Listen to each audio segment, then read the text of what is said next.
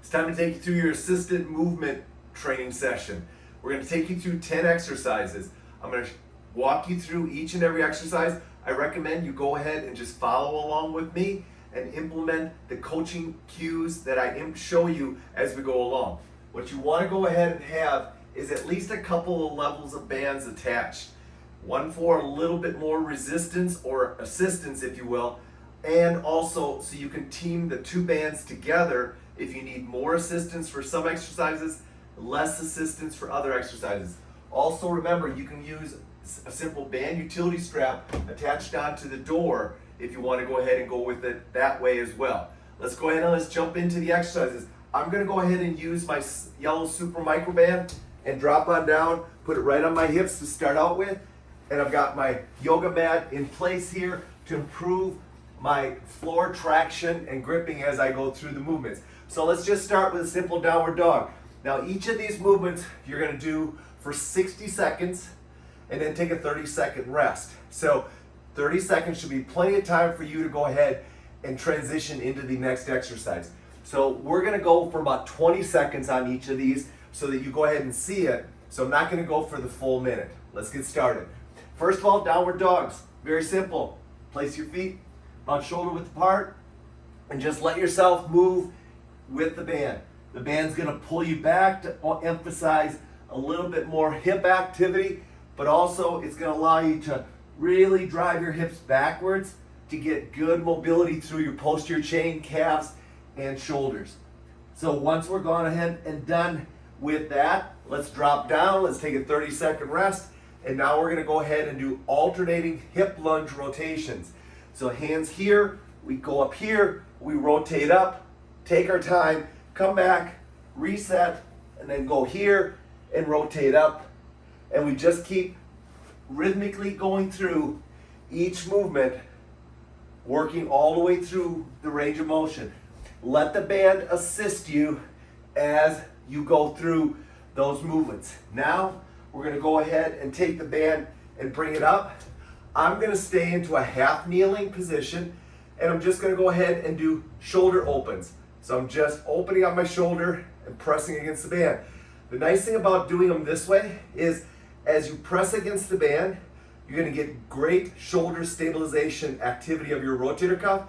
So as you go behind, you might be able to go a little bit further. Again, use the band as an assist to take you overhead and take you back.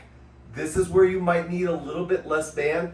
You could also just step back, take less starting tension as you go through these movements. From there, we're going to drop down, and you can do these two ways. I like to drop down into a prone position and just go Y's, T's, and W's. Y's, T's, and W's.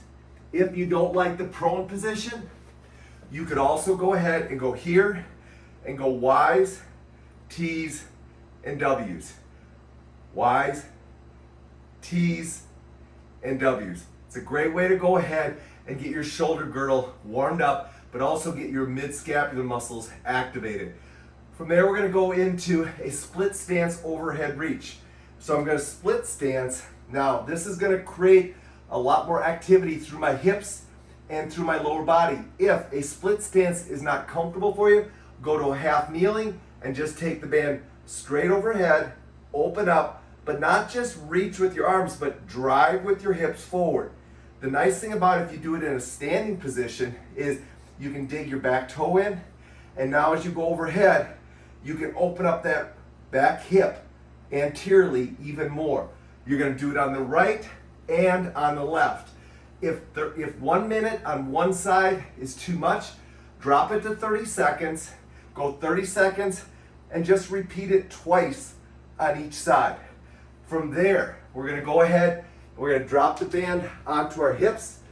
I'm now going to go ahead and take some time to lower the band down because I want the attachment point to be a little bit lower down for this.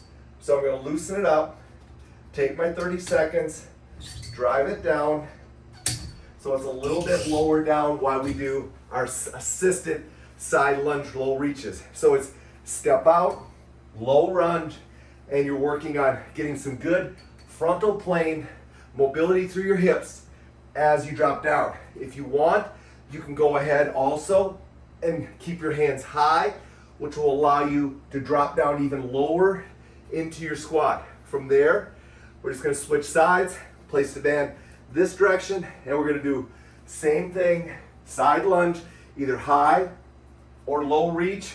You can also do a diagonal reach. Any of those are perfectly fine to go ahead and do, but most importantly, get your arms involved in the activity. From there, we're going to do crossover low reaches. We're going to cross over and touch. Let this hip rotation happen, come back up, and then alternate to the other side, crossover lunge. Remember, you have a minute, so take your time and just work your way through, work on your balance and control.